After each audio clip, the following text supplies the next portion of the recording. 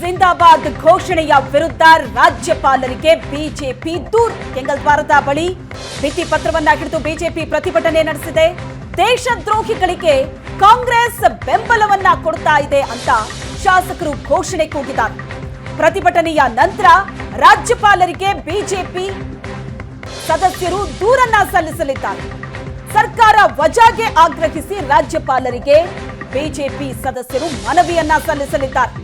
ವಿಧಾನಸೌಧದಲ್ಲಿ ಪಾಕ್ ಪರ ಕೂಗಿದಂತಹ ಘೋಷಣೆಯ ವಿರುದ್ಧ ಬಿಜೆಪಿ ಸಿಡಿದೆದ್ದಿದೆ. ಇವತ್ತು ಬಜೆಟ್ ಮೇಲೆ ಸಿಎಂ ಉತ್ತರ ಕೊಡುವಂತಹ ಸಂದರ್ಭದಲ್ಲೂ ಕೂಡ ಬಿಜೆಪಿ ನಾಯಕರು ಆಕ್ರೋಶವನ್ನ ವ್ಯಕ್ತಪಡಿಸಿದರು.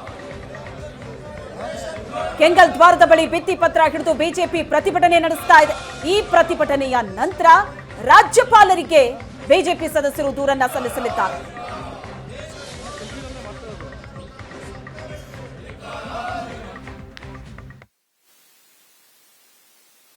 ಆದ್ರೆ ಸನ್ಮಾನ್ಯ ಸ್ಪೀಕರ್ ಅವರು ಯಾವುದೇ ಇಡೀ ಮಾಧ್ಯಮಕ್ಕೆ ಸೆನ್ಸರ್ ಮಾಡಿದಂತ ಸುದ್ದಿಗಳನ್ನ ಕೊಡ್ತಾ ಇದ್ದಾರೆ. ಇದು ಎಷ್ಟು ನ್ಯಾಯ? ಇದು ಎಷ್ಟು ನ್ಯಾಯ? ಸೆನ್ಸರ್ ಮಾಡಿದ ಸುದ್ದಿಯನ್ನು ಮಾಧ್ಯಮ ಪ್ರಚಾರ ಮಾಡುವಂತದ್ದು ಧೈರ್ಯದಿಂದ ಏನ್ ನಡೀತಾ ಇದೆ ರಾಜ್ಯದಲ್ಲಿ ಅದನ್ನ ಜನಗಳಿಗೆ ಕೊಡುವಂತ ಹಕ್ಕು ಮಾಧ್ಯಮಕ್ಕೆ ಇದೆ. ಈ ಬಗ್ಗೆ ಹೆಚ್ಚಿನ ಡೀಟೇಲ್ಸ್ ಅನ್ನ ಕೊಡ್ತಾರೆ ನಮ್ಮ ಪ್ರತಿನಿಧಿ ಆನಂದ್ ಬೈದನ್ ಮನೆ ಸಂಪರ್ಕದಲ್ಲಿದ್ದಾರೆ. ಆನಂದ್, ನಿನ್ನೆ ಇಡೀ ದಿನ ವಿಧಾನಸಭೆ ವಿಧಾನ ಪರಿಷತ್ನಲ್ಲಿ ಇದೇ ವಿಚಾರ ಪ್ರತಿಧ್ವನಿಸಿತು. ಇವತ್ತು ಬಜೆಟ್ ಮೇಲೆ ಉತ್ತರ ಕೊಡುವಂತಹ ಸಂದರ್ಭದಲ್ಲಿ ಮುಖ್ಯಮಂತ್ರಿಗಳು ಮಾತಾಡುವಾಗಲೂ ಕೂಡ ಬಿಜೆಪಿ ಸದಸ್ಯರು ಆಕ್ರೋಶವನ್ನ ವ್ಯಕ್ತಪಡಿಸಿದ್ರು. ಏನೆಲ್ಲ ಆಯ್ತು ಇವತ್ತು ಸದನದಲ್ಲಿ? ಈಗಲೂ ಪ್ರತಿಭಟನೆ ನಡೆಸ್ತಾ ಇದೆ ಬಿಜೆಪಿ.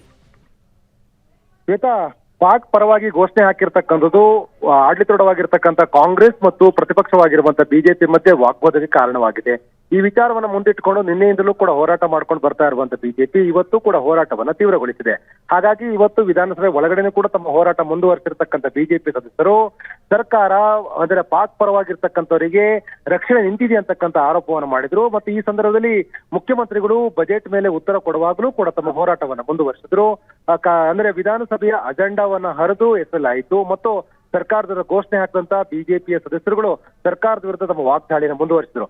ಪ್ರತಿಪಕ್ಷ ನಾಯಕರಾಗಿರುವಂತಹ ಆರ್ ಅಶೋಕರ ನೇತೃತ್ವದಲ್ಲಿ ಬಿಜೆಪಿಯ ಎಲ್ಲಾ ಸದಸ್ಯರು ಕೂಡ ಬೆಳಿಗ್ಗೆಯಿಂದಲೇ ಪ್ರತಿಭಟನೆಯನ್ನು ಮಾಡೋದ್ರ ಮೂಲಕ ಸದನದ ಬಾವಿಯಲ್ಲಿ ತಮ್ಮ ಹೋರಾಟವನ್ನು ದಾಖಲು ಮಾಡುವಂತ ಪ್ರಯತ್ನವನ್ನು ಮಾಡಿದ್ರು. ಆದ್ರೆ ಯಾವುದೇ ಕಾರಣಕ್ಕೂ ಪ್ರತಿಪಕ್ಷಗಳ ಒಂದು ಧರಣಿಗೆ ಮಾನ್ಯತೆ ಸಿಗದೇ ಇರುವಂತ ಕಾರಣಕ್ಕಾಗಿ ಸರ್ಕಾರದ ವಿರುದ್ಧ ವಾಗ್ದಾಳಿ ಮಾಡಿದಂತ ಪ್ರತಿಪಕ್ಷ ನಾಯಕ ಆರ್ ಅಶೋಕ್ ಅವರು ಸರ್ಕಾರ ಎಲ್ಲೋ ಒಂದ್ ಕಡೆ ಸ್ಲೀಪರ್ ಸೆಲ್ ಅಂದ್ರೆ ಭಯೋತ್ಪಾದಕರ ಪರ್ವ ತಾಣವಾಗ್ತದೆ, ವಿಧಾನಸೌಧ ಸ್ಲೀಪರ್ ಸೆಲ್ಗಳ ತಾಣವಾಗ್ತದೆ, ಇದಕ್ಕೆ ರಕ್ಷಣೆ ಕೊಡುವಂತ ಪ್ರಯತ್ನಗಳನ್ನ ಮಾಡ್ತಾ ಇದೆ ಅಂತೇಳಿ ತೀವ್ರವಾಗಿರ್ತಕ್ಕಂಥ ಆಕ್ರೋಶವನ್ನು ಹೊರ ಹಾಕಿದ್ರು. ಆದರೆ ಸದನದ ಬಾವಿಯಲ್ಲಿ ಕೇವಲ ಧರಣಿಗಷ್ಟೇ ಸೀಮಿತವಾಗದ ಬಿಜೆಪಿ ಸದಸ್ಯರು ಸದನದ ಬಾವಿಯಲ್ಲಿ ಒಂದು ಸುತ್ತು ಹಾಕೋದ್ರ ಮೂಲಕ ಭಜನೆ ಮಾಡೋದ್ರ ಮೂಲಕ ಸರ್ಕಾರ ನೀತಿಯನ್ನು ಖಂಡಿಸುವಂತ ಪ್ರಯತ್ನವನ್ನು ಕೂಡ ಮಾಡಿದ್ರು. ಆದ್ರೆ ಇಷ್ಟಾದ್ರೂ ಕೂಡ ಬಜೆಟ್ ಮೇಲಿನ ಉತ್ತರವನ್ನ ಮುಖ್ಯಮಂತ್ರಿ ಸಿದ್ದರಾಮಯ್ಯ ಮುಂದುವರೆಸಿದಾಗ ಅನಿವಾರ್ಯವಾಗಿ ಸರ್ಕಾರ ಧೋರಣೆಯನ್ನು ಖಂಡಿಸಿ ಸ್ಪೀಕರ್ ತಮಗೆ ಮಾತಾಡ್ಲಿಕ್ಕೆ ಅವಕಾಶ ಕೊಡ್ತಾ ಇಲ್ಲ ಅನ್ನುವಂತ ಧೋರಣೆಯನ್ನು ಖಂಡಿಸಿ ಇಡೀ ಬಿಜೆಪಿಯ ಇಡೀ ಎಲ್ಲ ಸದಸ್ಯರು ಕೂಡ ಸದನದ ಬಾವಿಯಿಂದ ಹೊರಗಡೆ ಬಂದು ಸಭಾತ್ಯಾಗ ಮಾಡೋದ್ರ ಮೂಲಕ ಸರ್ಕಾರದ ಆಕ್ರೋಶವನ್ನು ಮುಂದುವರಿಸಿದ್ರು.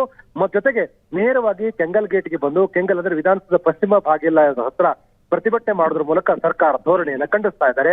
ಪ್ರತಿಪಕ್ಷ ನಾಯಕರಾಗಿರುವಂತಹ ಆರ್ ಅಶೋಕರ ನೇತೃತ್ವದಲ್ಲಿ ಪಶ್ಚಿಮ ಭಾಗದಲ್ಲಿ ಧರಣಿ ನಡೆಸ್ತಾ ಇರುವಂತಹ ಬಿಜೆಪಿ ಸದಸ್ಯರು ಸರ್ಕಾರದ ಧೋರಣೆಗಳ ವಿರುದ್ಧ ರಾಜ್ಯಪಾಲರಿಗೆ ದೂರನ್ನು ಕೊಡಲು ಕೂಡ ನಿರ್ಧಾರ ಮಾಡಿದರೆ ಇನ್ನು ಕೆಲವೇ ಹೊತ್ತಿನಲ್ಲಿ ಪ್ರತಿಭಟನಾ ನಿರತರಾಗಿರ್ತಕ್ಕಂಥ ಶಾಸಕರು ನೇರವಾಗಿ ರಾಜಭವನಕ್ಕೆ ತೆರಳುತ್ತಾರೆ. ರಾಜಭವನದ ರಾಜ್ಯಪಾಲರನ್ನು ಭೇಟಿ ಮಾಡೋದ್ರ ಮೂಲಕ ಈ ಸರ್ಕಾರವನ್ನು ವಜಾ ಮಾಡಬೇಕಂತ ಒತ್ತಾಯ ಮಾಡ್ತಾರೆ. ದೇಶದ ಹಿತಾಸಕ್ತಿಯ ವಿರುದ್ಧವಾಗಿರ್ತಕ್ಕಂಥ, ದೇಶದ ಆಂತರಿಕ ಭದ್ರತೆಗೆ ವಿರುದ್ಧವಾಗಿರ್ತಕ್ಕಂಥ ನಿಲುವುಗಳನ್ನ ರಾಜ್ಯ ಸರ್ಕಾರ ತೆಗೆದುಕೊಳ್ತಾ ಇದೆ.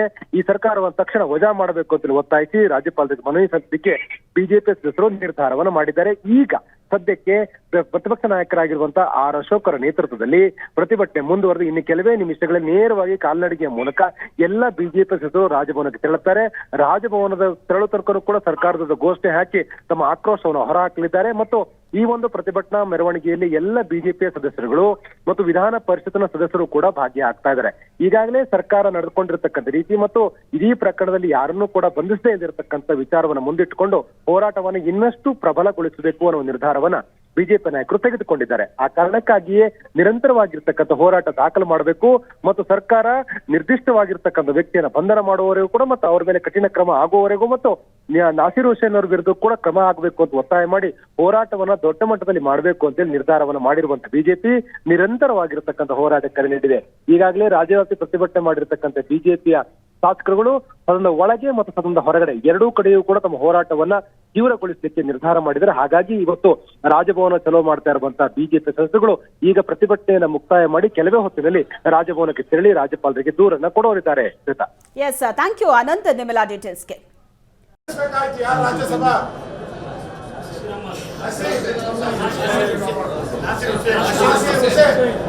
ಬಂಧಿಸ್ಬೇಕಾಯ್ತು, ಎನ್ಕ್ವೈರಿ ಮಾಡ್ಬೇಕಾಯ್ತು, ಹೆಂಗ್ ಕರ್ಕೊಂಬಂದೆ ಅಂತ ಕೇಳ್ಬೇಕಾಯ್ತು.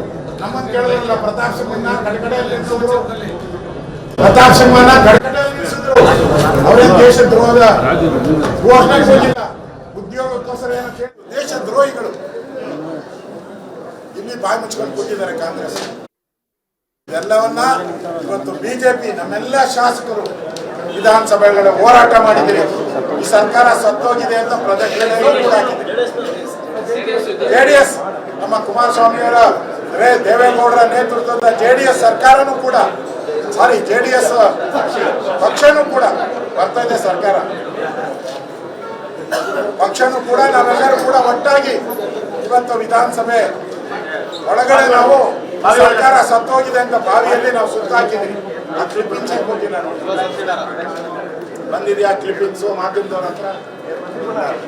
ಸೆನ್ಸರ್ ಕಟ್, ಕಾಂಗ್ರೆಸ್ ವಿರುದ್ಧ ಘೋಷಣೆ ಸೆನ್ಸರ್ ಕಟ್, ಸಿದ್ದರಾಮಯ್ಯನವರ ವಿರುದ್ಧ ಘೋಷಣೆ ಸೆನ್ಸರ್ ಕಟ್.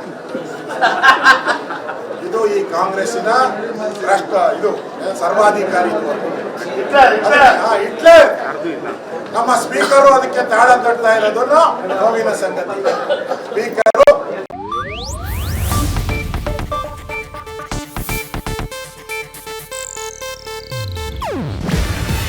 ಇದು ಏಷ್ಯಾನೆಟ್ ನ್ಯೂಸ್ ನೆಟ್ವರ್ಕ್ ಪ್ರಸ್ತುತಿ. ನೀವು ನೋಡ್ತಿದ್ದೀರಾ ಏಷ್ಯಾನೆಟ್ ಸುವರ್ಣ ನ್ಯೂಸ್.